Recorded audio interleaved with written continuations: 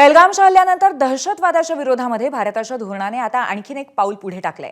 भारत कोणताही दहशतवादी एक क्षणही खपवून घेणार नाही हे कृतीतून दाखवलं गेलंय, असं मत मेजर जनरल अनिल बाम यांनी व्यक्त केलं।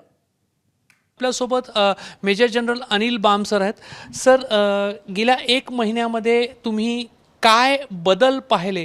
कारण दहशतवादी हल्ले यापूर्वीही भारतावर झालेले होते, मात्र यंदा ज्या पद्धतीने प्रत्युत्तर देण्यात आलं, एक संरक्षण तज्ज्ञ म्हणून आणि एक अनुभवी सैन्य अधिकारी म्हणून तुम्हाला काय बदल दिसतात? आपल्याला आता हे आपलं न्यू नॉर्मल आहे। न्यू नॉर्मल ह्याच्यासाठी म्हणतो आहे की आता आपण डिक्लेअर केलं आहे की कुठलाही टेररिस्ट अटॅक भारतावर झाला तो it will be taken as act of war. आणि आता आपण थांबणार नाही, आपण हे करून दाखवणार।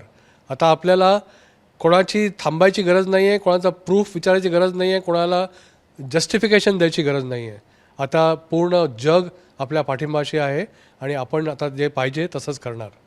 तर हा जो न्यू नॉर्मल आहे, याच्या पूर्वी भारतावर अनेक दहशतवादी हल्ले झाले, असं कधी अप्रोच भारत सरकारमध्ये किंवा भारताच्या मानसिकतेमध्ये आला नव्हता? अजूनही आपलं सैन्य सज्ज आहे आणि आता आपण सांगितलं आहे, डिक्लेअर केलं आहे, स्टेटेड पॉलिसी आहे की ह्याच्या पुढे आम्ही थांबणार नाही। आपण जे 6 आणि 7च्या रात्री जे ऑप सिंदूर सुरू केलं होतं तेव्हा आपण आपलं म्हटलं होतं मेजर्ड फोकस आणि नॉन एस्केलेटरी आपली ॲक्शन होती। आपण ज्या टार्गेट्सला चूज केलं होतं ते सगळे टेररिस्ट टार्गेट्स होते आणि त्याच्यानंतर जेव्हा पाकिस्ताननी रिटॅलिएट करून आपल्या सिव्हिलियन टार्गेट्स, मिलिटरी एस्टॅब्लिशमेंट आणि इन्फ्रास्ट्रक्चरवरती हमला केला होता, आपण त्याचं जे प्रत्युत्तर दिलं होतं आणि आपण पाहिलं की 3.5 दिवसामध्ये पाकिस्तान आपल्या साष्टांग नमस्कार घालून आपल्यासमोर पडला होता।